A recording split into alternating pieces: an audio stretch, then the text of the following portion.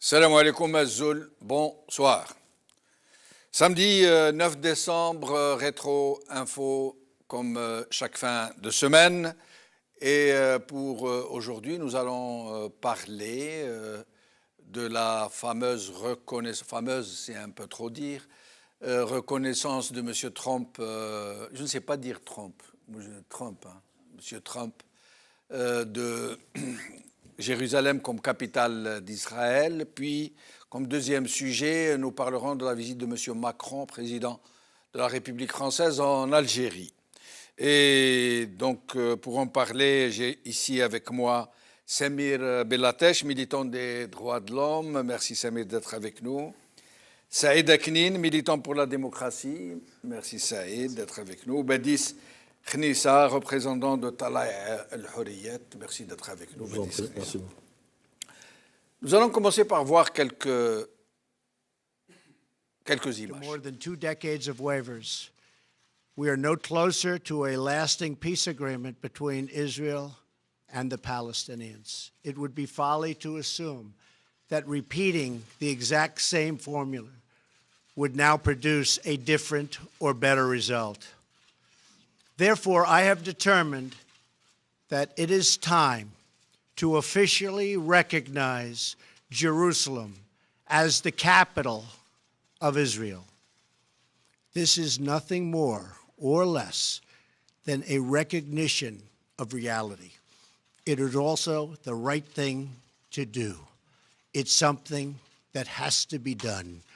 That is why, consistent with the Jerusalem Embassy Act, I am also directing the State Department to begin preparation to move the American Embassy from Tel Aviv to Jerusalem.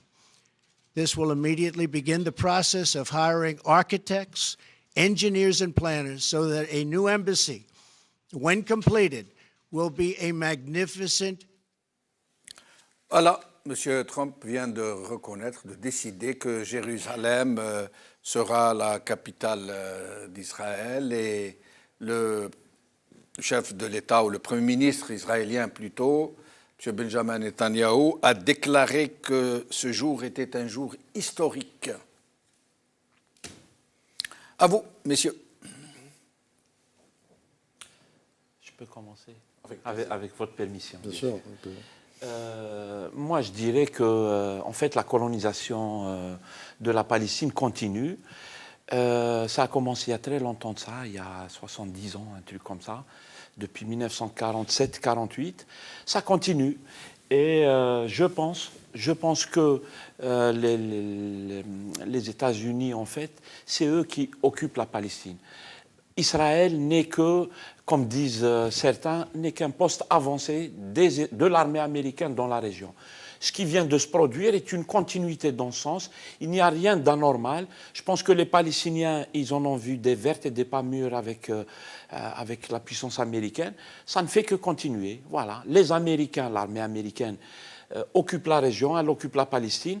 Ce genre, c'est vrai que c'est un geste très symbolique qui a un sens, c'est-à-dire il pousse encore plus loin le bouchon, mais il n'y a rien de nouveau sous le soleil. L'Amérique, l'armée américaine occupe la Palestine et ça continue. Voilà, rien de nouveau sous le soleil. Mais Samir, moi ce qui m'a étonné un peu, c'est que personnellement je me serais attendu à une levée de boucliers mondial, planétaire, ne serait-ce que des pays arabes et musulmans dans le monde entier. Or, ça n'a pas fait plus de vagues que ça. Je pense que le sort des Palestiniens, à mon avis, il touche beaucoup de peuples à l'est, à l'ouest, dans les pays du sud, dans les pays du Maghreb, arabes et tout. Les populations sont très sensibles à ça.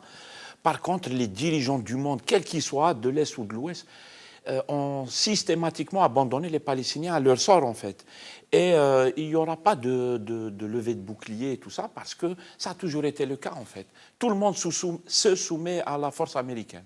Il n'y a rien de nouveau. Les Palestiniens, quand on les connaît de près, ou là, quand on suit ce qu'ils disent sur les réseaux sociaux, ou là, les déclarations que font leurs élites et tout ça, ils en ont subi mais des choses incroyables de la part des États-Unis, de l'armée israélienne et tout. Personne n'a jamais rien fait, n'a fait quoi que ce soit. Il n'y a que les peuples qui sortent dans la rue. Généralement, les États locaux sont chargés de les cadrer pour que ça Ou de leur déborde. interdire de manifester, comme en Algérie, par comme exemple. c'est le cas en Algérie, Ouais. on leur interdit de manifester. C'est tout. Les Palestiniens, ils n'ont que le bon Dieu pour les aider et leurs petites armes qui permettent à essayer de se maintenir en vie parce qu'on essaie de les effacer, de les exterminer, en fait. Voilà. La question de la Palestine est une question politique associée à une tragédie humaine. La question qui se pose, pourquoi Trump a pris cette décision et maintenant? D'abord, c'est une décision qui a été entérinée par le Congrès américain en 1996, mais aucun des présidents n'a osé aller au summum, c'est-à-dire la consécration par le père et l'enfant fétiche du territoire, du sionisme et de l'israélisme. Les facteurs qui ont poussé Trump, il y a des facteurs internes. Le premier des facteurs, c'est les scandales aujourd'hui auxquels il fait face. Et on sait que dans la mentalité de tous les présidents américains, ce qui leur importe, c'est d'abord l'Amérique, l'électorat américain. Et dans cet électorat américain, on sait que pour pouvoir avoir un autre mandat, assurer une certaine forme de stabilité dans les institutions, il faut le caresser dans le sens du poil. Il se trouve que cet électorat est composé d'oligarques, que ce soit le Sénat, parce que pour pouvoir passer au Sénat, il faut au minimum avoir une richesse de 3 millions de dollars.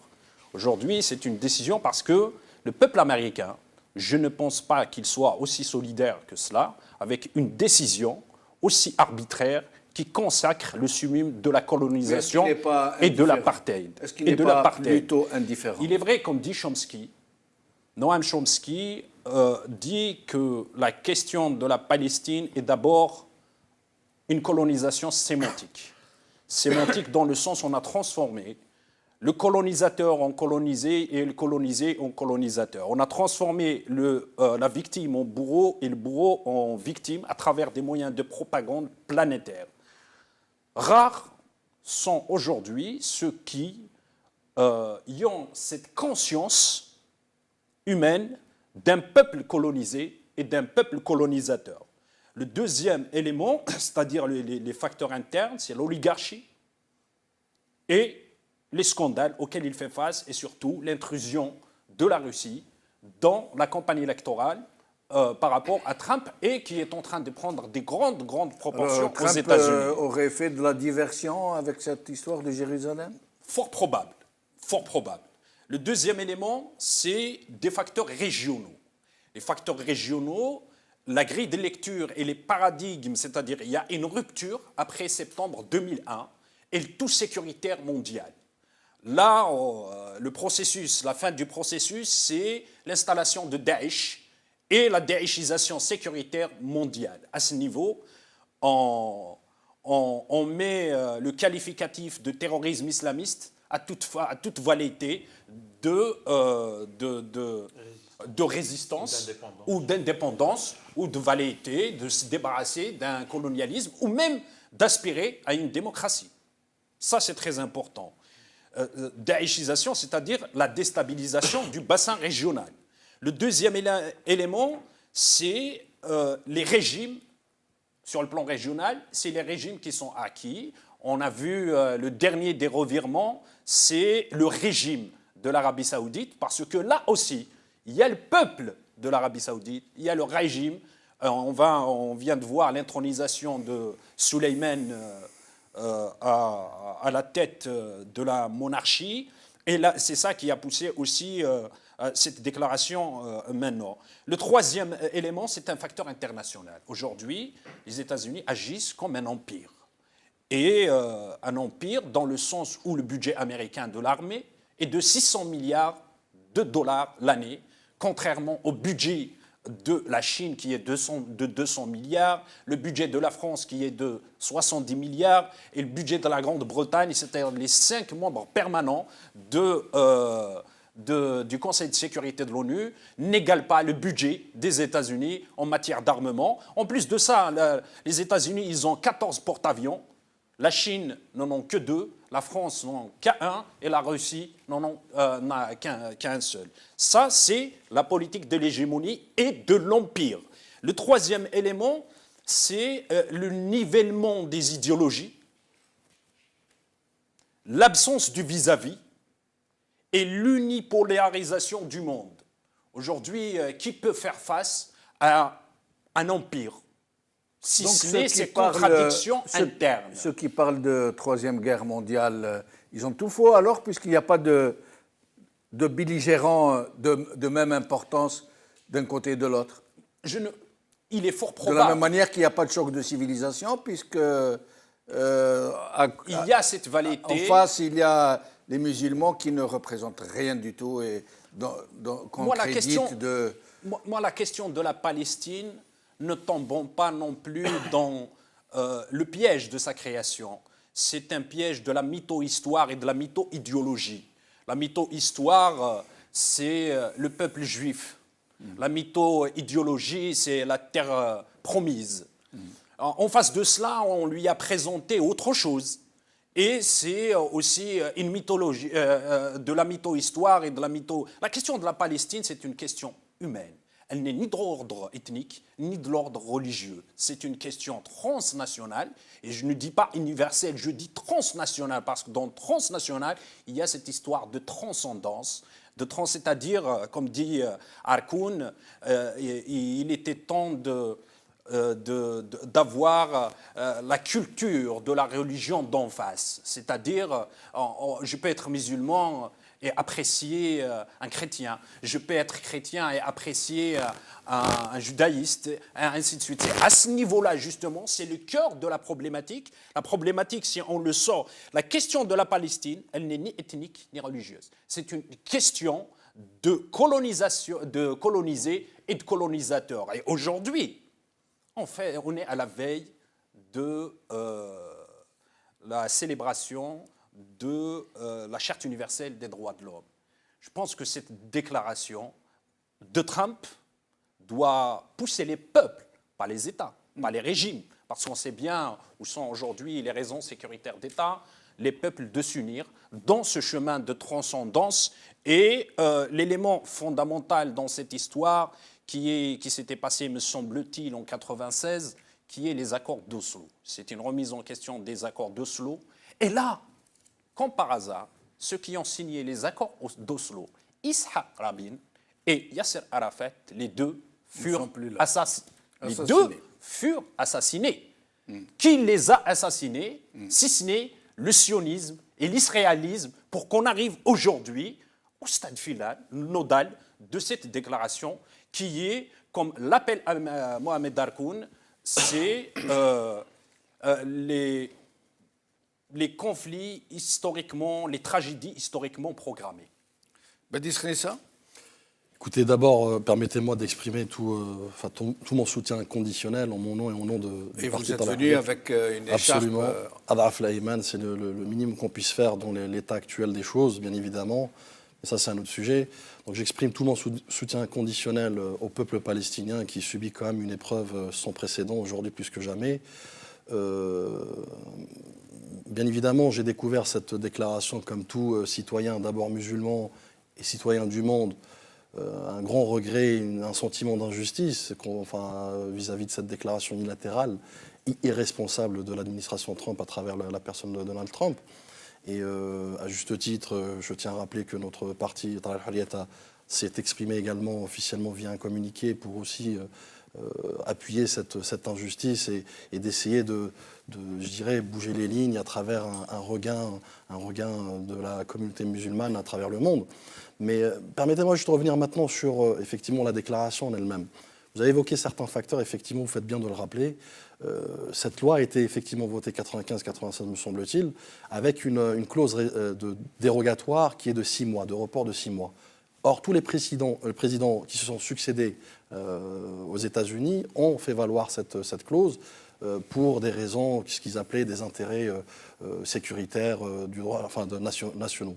Donc, sauf bien évidemment l'exception Donald Trump, et je pense que ça n'étonne personne. Et là, je vous rejoins totalement sur votre analyse. Donald Trump, c'était une préfiguration finalement, sa campagne électorale. Rappelons-le, c'est quelqu'un qui, cette déclaration vient en aboutissement de sa promesse électorale vis-à-vis effectivement de certains facteurs, mais j'ajouterai un autre facteur, et non des moindres. Celui fait lors de la campagne électorale par rapport à la droite chrétienne évangéliste. Attention, un grand lobby pour lequel, si vous ne l'avez pas... 4 millions d'électeurs. Absolument, et qui ont un lobby quand même, qui a une influence et qui se font appeler eux-mêmes les sionistes chrétiens. Exactement, c'est là où je veux en venir. C'est là où réside effectivement cette déclaration et la finalité de cette déclaration, parce qu'effectivement, il est malmené sur la politique nationale à travers, que ce soit, oui, l'affaire des Russes, il est aussi malmené sur d'autres affaires. Qui plus est, l'instruction de son affaire a pris une tournure sans précédent à travers son ami le plus proche qui est prêt à faire un deal avec le procureur pour pouvoir justement essayer de minimiser les dégâts. Et son gendre qui est impliqué aussi. Donc, vous voyez, l'affaire, elle est profonde. Donc, effectivement, je vous rejoins tout à l'heure quand vous avez parlé de diversion. Mais au-delà de la diversion aussi, moi, je pense qu'il est venu à un point nommé, bien évidemment, pour concrétiser. Parce que, attention, M. Trump, je pense que c'est quelqu'un d'atypique, tout le monde le sait autour de sa table, et le monde entier, à travers ses décisions, à travers son muslim bashing, en fait, à un moment donné, quand il a fermé ses frontières par rapport à 5 pays musulmans de mémoire. Donc, il est dans cette continuité, il est fidèle, au fait, à lui-même, il est dans son rôle. Et qui plus est aujourd'hui, plus que jamais, parce que pour renforcer cette posture de nationaliste patriotique à l'extrême, n'oublions pas qu'il quand même, il y a certaines proximités avec le Ku Klux Klan, qui se considère... on va dire American First, donc il est vraiment dans une posture d'extrémiste. Donc, venir aujourd'hui avec cette déclaration, à un point nommé, le timing est bien choisi. Parce que finalement, la déclaration en elle-même, elle est symbolique avant toute chose. Vous l'avez dit tout à l'heure, je vous rejoins totalement. Elle ne prendra effet que dans 2 ans au moins. Effectivement. D'une manière factuelle. Maintenant, symbolique, mais en même temps, elle est aussi lourde de sens. Parce que vous avez... pas n'importe quelle ambassade, vous avez l'ambassade des États-Unis. Or, les États-Unis aujourd'hui est le prétendu garant de cette négociation, ce processus de paix. Il est le prétendu médiateur entre les deux pays. Donc, quand vous êtes jugé parti, vous perdez toute crédibilité sur ce processus de paix. Ce processus de paix, finalement, aujourd'hui, mort-né, me semble-t-il, a été enterré définitivement. Donc, et aussi, il y a une sémantique un peu plus sibylline. Vous avez, par cette déclaration de déménager l'ambassade, rappelons à nos téléspectateurs que, pour juste la chronologie de l'histoire, en 1947, le droit international a fait de Jérusalem un corpus, separatum. Donc, au fait, il a décrété que Jérusalem était une identité séparée où la partie Est est régie par la communauté internationale. Or, 67, guerre des 6 jours, Israël a autoproclamé, unilatéralement encore une fois, Jérusalem-Est, annexée à Jérusalem et capitale indivisible. Or, à ce moment-là, toutes les diplomaties à travers leurs ambassades étaient face à un dilemme, c'est-à-dire rester sur Jérusalem voudrait dire implicitement et de facto reconnaître Jérusalem comme capitale d'Israël. Donc, ils étaient contraints de déménager vers Tel Aviv. Or, aujourd'hui, le fait que faire déménager cette ambassade à Jérusalem voudrait dire implicitement revenir à cette reconnaissance de Jérusalem comme capitale Regardez d'Israël. la photo qui s'affiche sur l'écran. Parmi les réactions du peuple algérien, sorry, Palestine, kulluna muhtallun. Nous sommes tous occupés. J'aimerais vous poser une question à tous trois. À un moment, bizarrement, et pour la première fois quasiment, où presque tous les chefs d'État du monde, y compris occidentaux, se sont dressés contre cette décision unilatérale de M. Trump. Dans le même temps, les peuples, pour une fois aussi, parce que d'habitude ils sont plus réactifs, et alors que la décision est énormissime, On n'a pas vu de grandes manifestations, on n'a pas vu de grandes réactions populaires. Comment vous pouvez vous l'expliquer? Pour répondre à cette question, je rebondis sur ce que disait tout à l'heure Saïd, c'est que les événements de septembre 2001 sont passés par là, Daesh est passé par là, le tout sécuritaire internationalisé est passé par là, parce que nous on le connaît en tant qu'Algériens, c'était dans la phase d'avant. Et moi j'ai vu hier ou avant-hier ici en France, pour la première fois, tous les sondages disent que pour le français moyen, le sujet du terrorisme et de l'insécurité passe devant le chômage et le niveau de vie dans le classement des priorités de la population française. Du coup, effectivement, il s'est tellement passé de choses depuis une vingtaine d'années ou là, une quinzaine d'années sur le terrorisme. On a fait vraiment peur aux gens et tout. Tu sais, quand tu fais peur à des populations, les gens, ils bougent plus. Ils ont d'autres priorités. Je pense que c'est passé par là. Je pense que l'extrême droite israélienne, elle profite de la situation, mais d'une manière extraordinaire. Plus il y a d'attentats, plus il y a de l'insécurité, y compris à l'ouest. Hein. Les militaires israéliens ont passé des décennies à dire que vous, à l'ouest, vous serez touchés. Il n'y a pas que nous qui sommes concernés par la violence des musulmans, etc. Là, ils sont en train d'en profiter à fond, en fait, de la situation. Et voilà, c'est la cause palestinienne qui prend un coup. Encore une fois, ce n'est pas nouveau, en fait. Et à mon avis, ça ne changera rien à la détermination du peuple palestinien. On les suit depuis une cinquantaine d'années, 70 ans. Ça ne change absolument rien à leur détermination. C'est un peuple qu'on essaie d'exterminer. On occupe ces terres, on les exproprie, hein, on leur prend leur maison, leur ça ne choque plus personne. C'est rentré dans la banalité. Les Palestiniens, ils sont habitués à ça, en fait. C'est-à-dire, voilà, ça ne change pas. À chaque fois qu'ils pourront faire mal à l'ennemi qui les occupe, ils mordront. Hein, ils feront des attentats, ils feront des choses parce que c'est ce qu'on est en train de dire. La résistance, plutôt, je dirais. Y compris sous forme d'attentats. Je pense que les Israéliens communiquent beaucoup sur ça. Je suis un peu d'avis que... Je vais vous donner un exemple. Cette histoire de missiles du Hamas. En fait, ce ne sont pas des missiles, ce sont des roquettes. Tout le monde le sait. Faites maison, on a rallongé un peu le propulseur, on a mis des trépieds. On a parlé de projectiles par la suite. On a parlé de projectiles par la suite. Oui, donc on n'est plus dans une dimension de missiles ou autre. Oui, mais bien généralement, on dit sur 100 attaque de missiles contre la population sur 100 roquettes lancées, on en a 2 ou 3 qui tombent dans le territoire et ça tombe dans des régions qui ne sont pas habitées, etc. Non, pour moi, israélienne et ça le gouvernement procède israélien. plus à faire la propagande anti-palestinienne que de la résistance, quoi. À chaque fois, ça n'apporte rien. Ben oui, ils vont aller régler leur compte avec les chefs de la résistance palestinienne. Ils y vont avec leurs gros chars et leurs avions, leurs bombardiers et leurs bombes au phosphore qui sont interdites. Ils font des dégâts collatéraux. Voilà, ils ont fait ça en Palestine. Voilà, ils ont fait ça dans les territoires occupés. Ils ont fait ça dans le sud du Liban. Et voilà, c'est l'occupation comme on l'a connue, nous les Algériens, du temps de la colonisation française, continue actuellement sous nos yeux, chez les Palestiniens, voilà. Mais les Palestiniens, ils sont vraiment bien seuls. Les Algériens, avant, ils avaient beaucoup de gens avec eux, beaucoup de peuples, beaucoup d'aide, beaucoup de vraie solidarité. Les pays frontaliers qui nous ont aidés. Quand les chasseurs israéliens bombardent une région comme Gaza, c'est une horreur, mais grave. Géographiquement, c'est tout petit et ils lancent énormément de tonnes de bombes. On sait ce que ça donne. Et je me permets de t'interrompre, Samir. Nous avons avec nous au téléphone Nicolas Chachahani d'Europe Palestine qui se trouve en ce moment au milieu de la manifestation en solidarité avec la Palestine à Paris. Nicolas Chachahani, merci d'être avec nous. Ben, je vous en prie. Alors, dites-nous comment ça se passe. Écoutez, là, la manifestation tire à sa fin avec la tombée du jour. Pendant plusieurs heures, probablement plus de 2000 personnes se sont rassemblées sur la place de la République.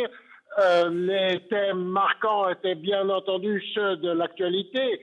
Le coup de force américano-israélien sur le dossier de Jérusalem. Et puis, autre temps fort, la dénonciation de l'arrivée à Paris demain de Benjamin Netanyahou, le Premier ministre israélien, à l'invitation d'Emmanuel Macron.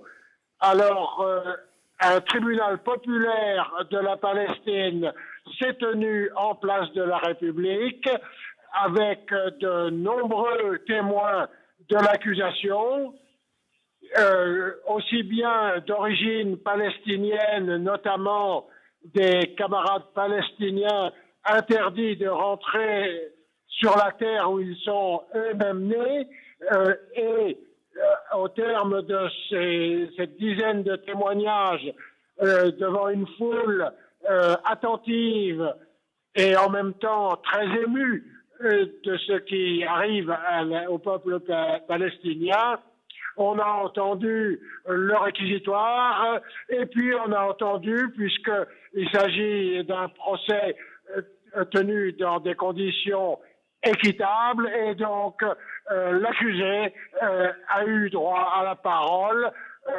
très franchement, pour dire les insanités et les arrogances habituelles que nous connaissons de M. Netanyahou et des dirigeants criminels israéliens d'une manière générale.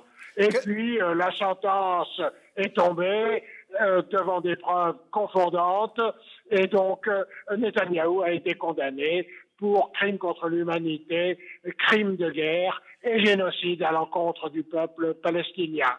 La manifestation s'est poursuivie pendant quelques minutes ensuite, avec l'annonce de nouveaux rendez-vous, notamment le 16 décembre à la Fontaine des Innocents à Châtelet, où nous apporterons à distance, mais avec des communications, notre salut aux habitants de Gaza, sous l'intitulé « Réveillons-nous pour Gaza », avec ce jeu de mots relatif au fait de Noël. Nicolas Chachani, merci. On arrive au bout de merci Nicolas. Merci, désolé de vous interrompre. Je vous en prie. Merci beaucoup. Nous allons écouter une déclaration de Louisa Hennoun. جديد نتاع ترامب في حق الشعب الفلسطيني في الواقع قدم خدمة للشعب الفلسطيني، لأنه أكثر من أي وقت مضى وبطريقة يعني غير مسبوقة توحدت كل الفصائل الفلسطينية. الشعب الفلسطيني لم يستسلم نهائيا رغم العراقيل، رغم الهجمات، رغم الانتكاسات، رغم الخيانات العربية، لم يستسلم. اليوم راح تتجدد القوى الثورية الفلسطينية. لماذا فضحها؟ هي مفضوحة منذ زمان طويل، مفضوحة، هي اللي تتاجر بالقضية الفلسطينية. ليست فقط الخليج، أنظمة أخرى تدعي أنها تدعم القضية الفلسطينية ولكنها تساوم بها، تقايد بها. الآن سقط القناع نهائيا عن كل الأنظمة اللي هي في الواقع أذناب نتاع القوى العظمى في المنطقة. Vous vouliez un dernier mot avant qu'on passe au pour sujet rebondir suivant. sur votre question, essayer, autant que faire se peut, essayer d'y répondre. Hein. C'est la fameuse question centrale, je pense, aujourd'hui. Cette absence de réaction, que ce soit aujourd'hui des pays arabes et même, quoique le monde occidental a plus ou moins répondu à sa manière. Mais, voilà. Moins que plus. Moins que plus, exactement. Mais moi, je dirais aujourd'hui, il faut peut-être penser à réagir que non pas les peuples algériens ou même les peuples arabo-musulmans dans sa globalité dans le monde musulman. Il faut faire le distinguo avec les chefs d'État arabes ou les musulmans qui ont fait que justement aujourd'hui certains pays comme les États-Unis se permettent de faire ce type de déclaration. Mais là où je veux en venir, c'est que peut-être la solution ou le point de départ, à toute modestie gardée, c'est de réapprendre, que le monde musulman réapprenne à s'unifier pour se réunir. C'est-à-dire qu'il faut qu'on sorte... Pourquoi parle-t-on seulement du monde musulman alors qu'il s'agit d'un peuple opprimé, colonisé? Pourquoi ne pas dire que l'humanité, que les hommes, que tous les peuples se Non, mais mobilisent? vous faites bien de le dire, vous faites bien de le souligner. Pourquoi en faire une affaire musulmane? C'est pour ça que j'ai parlé à un point de départ. Parce que les causes, et notamment dogmatiques comme celle-ci, qui est dans nos ADN, hein, dès la naissance, elle a bercé notre enfance. Donc, vous savez très bien que pour faire bouger les lignes, il faut créer un rapport de force. Ce rapport de force doit émaner, cette solution doit émaner d'abord des premiers principaux protagonistes. Ensuite, effectivement, viendra ce chapitre diplomatique. Effectivement, il y a des résolutions. Mais parmi les Palestiniens, il y a des Palestiniens chrétiens. Mais c'est là où je veux en venir. Ouais. Là viendra ce côté humaniste, c'est-à-dire cette résolution. Parce qu'aujourd'hui, nous savons très bien, vous et moi, que la sémantique de Trump, c'est beaucoup plus pour punir les musulmans que les chrétiens. Oui. Parce qu'il y aura des accords, finalement, pour cette gestion de Jérusalem et des lieux sacrés. Mais là où je veux en venir, c'est que la solution doit émaner effectivement des protagonistes en allant vers une action commune. Quand je vous ai parlé tout à l'heure de s'unifier pour se réunir, c'est-à-dire créer un rapport de force avec non plus faire des réunions pour faire des réunions de la Ligue arabe. Même si on doit... Vous voyez, franchement, vous voyez, vous, des musulmans ou des Arabes s'unir autour de quoi que ce soit? Pardon? Moi, si j'étais palestinien, je leur dirais, restez chez vous, ni d'Arabes, ni de musulmans. Vous avez vu un jour des musulmans s'unir autour de quelque chose? Mais ce que font les dirigeants, ça n'a rien à voir avec les peuples. Oui. On connaît Même un peu, on connaît un peu l'histoire de la petite région où se trouve la Palestine. Oui. On sait quels sont les rôles des rois de Jordanie, quels sont les rôles de ceux qui dirigent l'Arabie Saoudite. On sait le rôle de ceux qui ont été mis à la tête du Liban, etc., etc. Ces gens-là, comme disent les Palestiniens, ont trahi la cause des Palestiniens et la cause de Jérusalem. Ces gens ont trahi, tout simplement. Je pense qu'on ne peut pas attendre quelque chose de bien. Hein, Nous sommes dans une époque où les actes destructeurs sont banalisés par un système. Et il y a une seule solution. La solution, elle est dans la transcendance humaine. C'est-à-dire, aujourd'hui, réduire la question palestinienne à une question d'ethnie ou de religion, c'est de faire tout autant comme le sionisme qui a fait de la mytho-idéologie et de la mytho-histoire pour pouvoir justement arriver à ses fins. Mais dans cette situation, comme dit Solzhenitsyn, plus je sombre dans un monde d'une inconscience humaine, plus je prête l'oreille à ceux même dans un tel monde font appel à la conscience. Et nous allons passer au sujet suivant. Quelques images. Regardez l'avenir. Monsieur, je n'ai pas voulu même comparer. Mais je sais, mais c'est pour ça que moi je dis on doit reconnaître, mais il ne faut pas constamment que votre génération, la jeunesse algérienne, elle ne peut pas toujours regarder son passé. Elle doit aussi rouvrir une page d'avenir. Elle doit aussi, je vous le dis, j'ai quoi, 15 ans de plus que vous. S'est entretenu ce mercredi à Alger avec son homologue français, Emmanuel Macron, en visite d'amitié et de travail en Algérie. L'entretien a eu lieu en présence du président du Conseil de la Nation, Abdelkader Ben Salah, du Premier ministre Ahmed Yahya, du général de corps d'armée Ahmed Gaïd Salah, vice-ministre de la Défense nationale, chef d'état-major de l'Armée nationale populaire, du ministre des Affaires étrangères Abdelkader Ben Sahel et du ministre des Finances Abderrahman Raouia. La visite de Macron qui... Alors, j'aimerais que nous parlions donc de ce sujet d'une manière assez enlevée, hein, très rapide, très brièvement, qu'on échange un peu les uns avec les autres. Alors, nous allons voir d'abord le Twitter de M. Macron, ce qu'il a écrit sur son propre espace Twitter.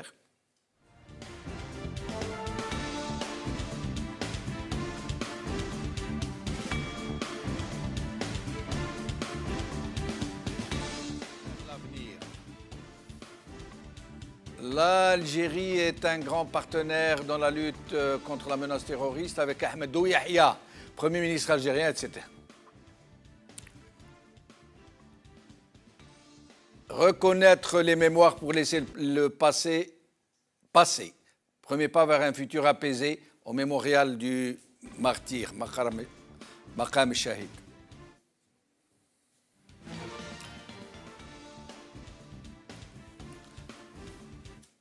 Donc voilà, si on pouvait résumer cette visite en quelques mots, Macron qui n'a pas eu d'interlocuteur en fait, si ce n'est beaucoup d'interlocuteurs, dans un centre-ville d'Alger où on nous dit qu'on a convoqué des milliers de fonctionnaires, gendarmes, pompiers, policiers, à qui on a demandé de venir en civil, certains même en haïk, pour se... déballé d'ailleurs. Oui, d'ailleurs, on voit qu'ils étaient fraîchement déballés, on voit qu'il y avait les traces des pliures.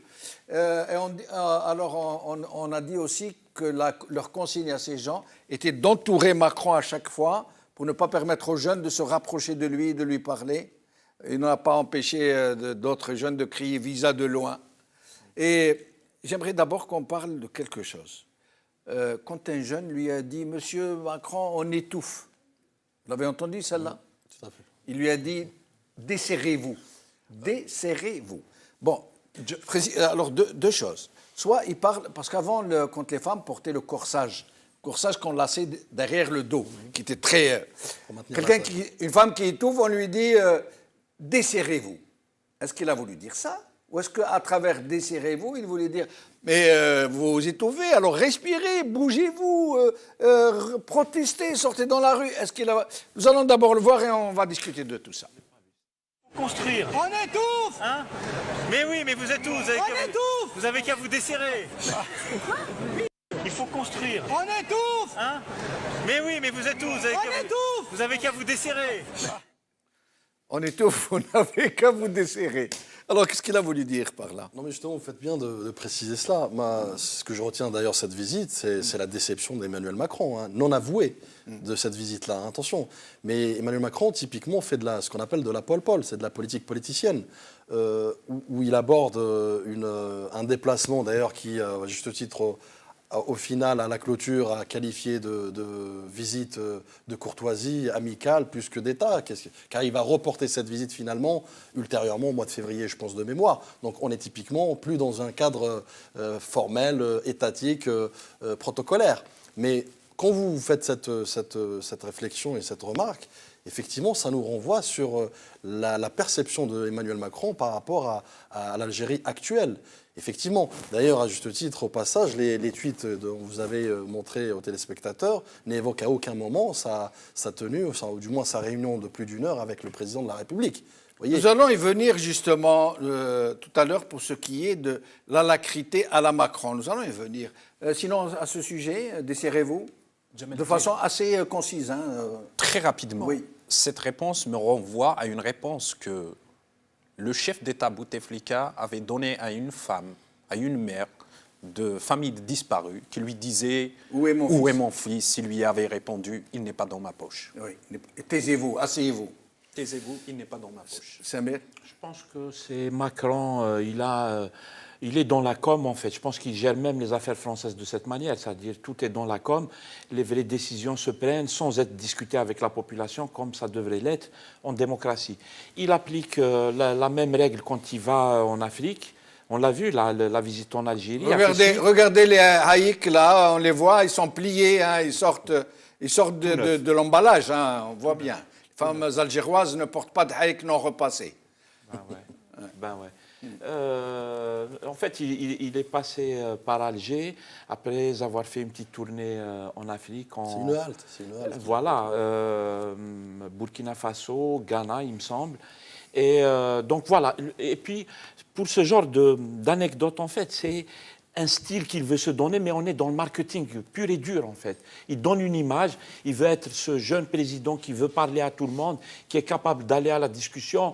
Il a fait ça en France, hein. Il gère ça parce que ses communicants lui disent que c'est bien, en fait. On va créer toute une ambiance autour du personnage. Ce qui a fait sa force, d'ailleurs, attention. C'est ce qui lui a permis d'émerger face à... Je ne sais pas s'il a une force, à mon avis, mais c'est encore un autre débat. De façade, non, voilà, c'est un autre débat. C'est encore un autre débat, voilà. Il a été élu avec 24% de l'électorat. Il ne le dit pas d'une manière anodine. Il le fait parce qu'il y a un calcul derrière. Vous n'avez qu'à vous desserrer. On a vu sa rencontre avec les jeunes étudiants au Burkina. Ça a donné une cohue. Excuse-moi, toute sa visite est théâtrale. Celui qui a crié « on étouffe ». Mais dans la simplicité, hein. C'est un excellent communicant. Celui qui a dit « on étouffe », ça a été déjà préparé pour qu'il le dise. Celui qui lui a parlé des visas, ça a été déjà lui préparé pour qu'il lui dise. L'étudiant de surcroît de banlieue lyonnaise qui lui a raconté son parcours comme un parcours de réussite après avoir essuyé plusieurs échecs, ça a été déjà préparé. C'est théâtral ce qu'il a été fait. Mais Saïd, comment expliquez-vous, j'allais dire, d'abord cette absence d'interlocuteur?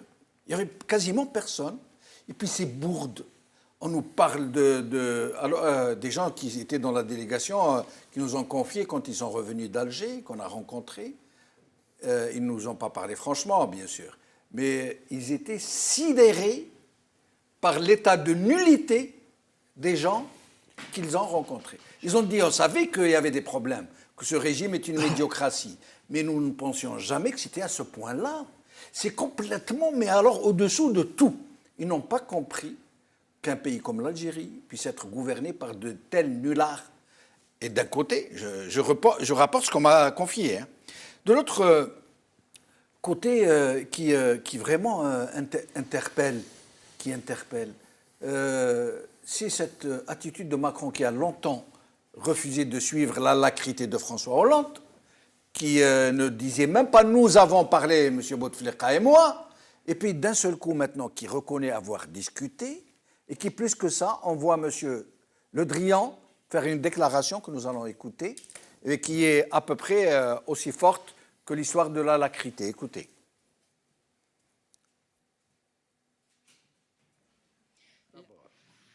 Que notre président de la République, M. Abdelaziz Bouteflika, se porte bien et que Dieu lui prête longue vie et bonne santé. Certes, notre président n'a plus tout le dynamisme que vous lui avez connu lorsque vous l'avez rencontré en 2000 et en 2004 ici en France. Cependant, et contrairement à toutes les rumeurs et toutes les propagandes véhiculées par certains, à partir de l'Algérie ou à partir de l'étranger, notre président dirige bien le pays dans tous les domaines et il n'y a ni cabinet noir ni pouvoir occulte à Alger. Ministre, dans quel état physique et intellectuel se trouve aujourd'hui le président algérien Bouteflika? Il est le président de la République. Le président Macron l'a rencontré, il a pu échanger longuement avec lui sur l'ensemble des questions de la relation bilatérale entre l'Algérie et la France, mais aussi sur la situation du monde.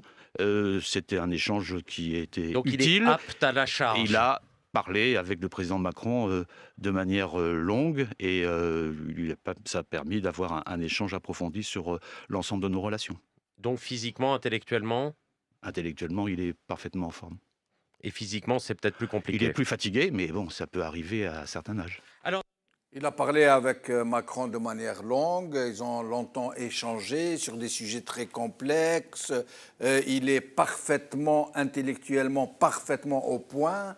La question qui vient tout de suite à l'esprit, pourquoi M. Bouteflika, qui s'est parlé longuement pendant 2h30 avec Hollande et longuement avec Macron de sujets comme... Pourquoi ne parle-t-il pas aux Algériens? Non, mais ce qui est le plus flagrant et condamnable, c'est qu'à chaque fois, on a ces fameux rapports de santé ou de la situation du président à l'étranger. Il délivre des rapports de bonne santé. C'est vraiment de l'indifférence et du mépris envers le peuple. On aurait bien voulu, en fait, une communication de presse, une conférence de presse officielle pour donner l'état de santé du président, de notre président, soi-disant. Non, mais pourquoi M. Bouteflika, puisqu'il parle à Macron, pourquoi ne vient-il pas nous parler? C'est la fameuse question dont je vous ai parlé d'ailleurs la dernière fois. On ne veut pas aller plus loin. Absolument. À partir du moment qu'il parle de sujets complexes et très longuement et avec une grande alacrité, pourquoi il ne le fait pas avec les Algériens depuis 5 ans? Je pense que ce qu'il faut comprendre aussi par rapport à Le Drian et sa fameuse déclaration, elle vient à un point nommé aussi et elle n'est pas anodine parce que Le Drian, Jean-Yves Le Drian, faut-il le rappeler, est actuellement ministre des Affaires étrangères français, mais par le passé aussi ministre de la Défense. Il est très impliqué dans l'affaire dite du Sahel, ou la lutte antiterroriste du Sahel.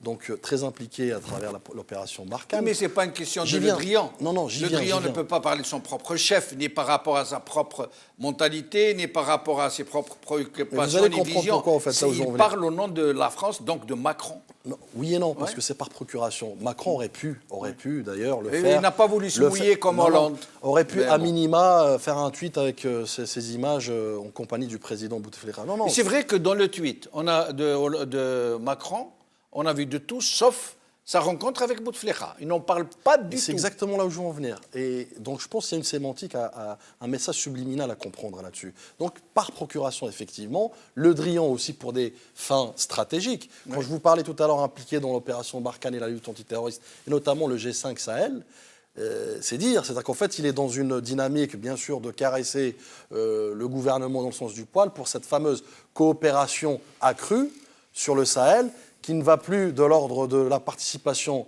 pécuniaire financière, rappelons-le, plus 100 millions de dollars, quand vous voyez que l'Union européenne a promis 50 millions sans échéancier en face, et que les États-Unis, de mémoire, avaient donné 60 millions de dollars. Donc, ils veulent une implication autre, c'est-à-dire opérationnelle, militaire, stratégique et tactique. Chose que l'Algérie, bien évidemment, sur ce chapitre-là, prône ce qu'on a dans l'ADN de la diplomatie, officiellement, bien évidemment. Donc, c'est pour ça que j'ai parlé de déception tout à l'heure, parce que, rappelons-le aussi à nos téléspectateurs, que sur d'autres aspects économiques et donc sécuritaires dont je viens d'évoquer, et politiques. Économiques, par exemple, je tiens à rappeler que dans l'interview de Macron à TSA, là aussi, ce n'est pas un hasard, c'est TSA qui subit une censure en Algérie. Donc il y a aussi un message peut-être à traduire, un subliminal aussi à traduire dedans, et où il parlait de critiques. Il a évoqué des critiques envers le cadre d'investissement algérien, pour lequel l'État français aujourd'hui, les sociétés françaises ne peuvent pas s'aventurer. Donc ça aussi, c'est peut-être aussi une part de responsabilité dans laquelle il le dit ouvertement. Sur le chapitre politique, comme je disais tout à l'heure en introduction, il a évoqué la réorganisation, la replanification d'une visite d'État ultérieurement. C'est-à-dire c'est-à-dire une vraie visite d'État et pas une visite d'amitié et de travail. Absolument. Saïd, Samir? Je pense que les déclarations qu'on a vues, comme tu viens de le dire, elles ne sont pas dues au hasard. Bien sûr qu'à ce niveau-là, on ne fait pas de la diplomatie au coup comme ça par hasard ou selon les humeurs et tout ça. Bien sûr que tout est calculé.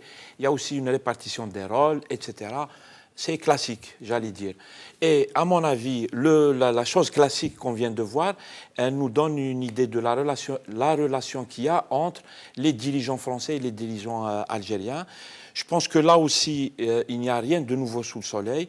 On connaît la relation France-Algérie, on connaît la relation France-Afrique, en fait, et elle n'a pas changé, en fait.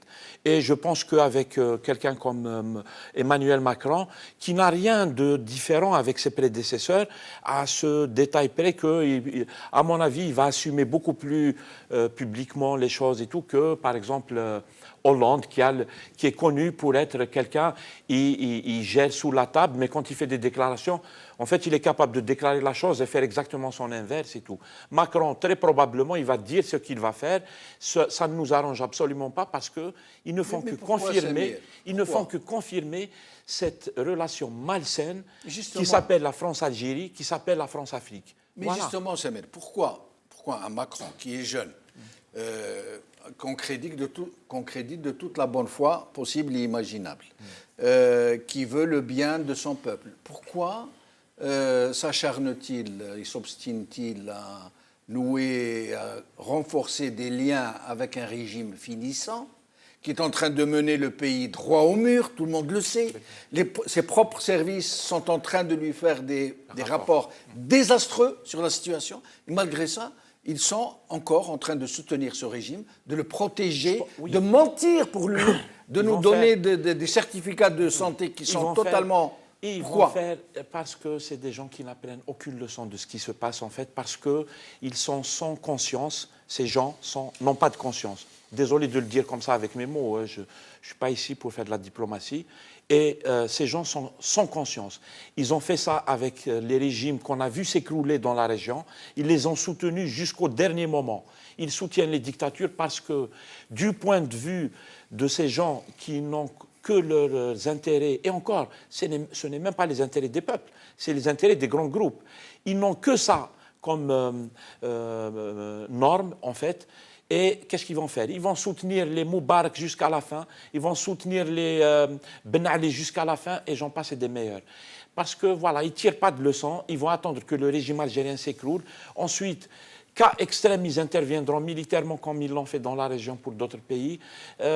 Sinon, ils vont intervenir d'une autre manière pour contrôler. En fait, ces gens, ils ont peur des peuples, en fait. Les régimes en place sont leurs alliés. Par contre, les peuples peuvent représenter un danger pour leurs intérêts. Voilà. J'ai suivi avec beaucoup d'intérêt toute cette visite, même si elle était théâtrale et je ne me faisais aucun doute sur à la fois les résultats économiques, sachant que la France vient en Algérie, elle prend. Elle n'a même pas besoin d'autorisation. Je savais pertinemment que le fait qu'elle détient le dossier médical de Bouteflika, ils peuvent à tout Le moment... dossier médical est censé être sous le secret médical. Il est censé, du moins. De l'hôpital des Invalides et de l'hôpital militaire. Voilà, l'hôpital militaire. Je n'en dis pas plus. Quand on est une personnalité publique et il y a des clauses et il y a une loi fondamentale, on doit rendre des comptes à son peuple. Moi, je ne demande pas à la France d'utiliser ce dossier pour amoindrir ma patrie, mais je demande simplement au chef de l'État d'être transparent et d'avoir une certaine éthique. Quand j'entends toutes ces déclarations, je me dis que tout ce personnel politique, il lui est temps de demander un visa à la conscience humaine. Premier élément. Deuxième élément, il est temps pour tout ce personnel politique d'arrêter de galvauder des mots. De surcroît, on nous parle sans tabou. De surcroît, on nous parle d'une façon décomplexée. Mais j'ai appris cette fois-ci que quand on nous dit que c'est son tabou, c'est là qu'il y a beaucoup de tabous. Et quand on nous dit d'une façon décomplexée, il y a toutes les complexifications de la planète. Dans quel sens? Dans le sens où on sait aujourd'hui que de par la sociologie de la France-Algérie, il y a des relations qui sont nouées, qui sont de l'ordre de derrière le rideau, c'est-à-dire le khafa, on ne les voit pas. Et ils travaillent les intérêts de ces gens-là. Et tout ce qu'on entend n'a aucun sens. Ça, c'est le premier élément. Le deuxième élément, effectivement, moi je l'avais dit, que ce qui les intéresse aujourd'hui, après avoir créé tout ce qu'ils ont créé, détruit la Libye, ils veulent impliquer dans d'autres pays d'une façon militaire. Et d'ailleurs, on a bien vu une autre déclaration, mais qui est corrélée à une autre du chef du gouvernement, qui vient d'avouer, de par sa déclaration, l'existence, parce qu'il avait dit sa phrase. Il n'y a pas de cabine noire, il n'y a pas de pouvoir occulte. Exactement. Cette phrase, en diplomatie, ça veut dire c'est une affirmation. Il y a un cabinet noir, il y a un pouvoir occulte. C'est une affirmation, dénonciation. Voilà. Dans la diplomatie... Parce qu'on ne va pas chez les gens leur dire il n'y a pas d'extraterrestres chez nous. Exactement. Ça, c'est une négation. Affirmation, c'est une négation, dénonciation. Il dit c'est pour un certain nombre de sujets. Vous ne pouvez pas traiter avec moi. Moi, je suis là, je danse à toutes les musiques. Vous n'avez qu'à traiter avec ceux qui sont dans le cabinet noir et Ilmoul Khafa. Merci Saïd Aknin, merci Samir Bellatesh, merci Badis Khnissa. Merci à vous, chers amis, d'avoir suivi cette émission. Bqaw ala khair, Slama.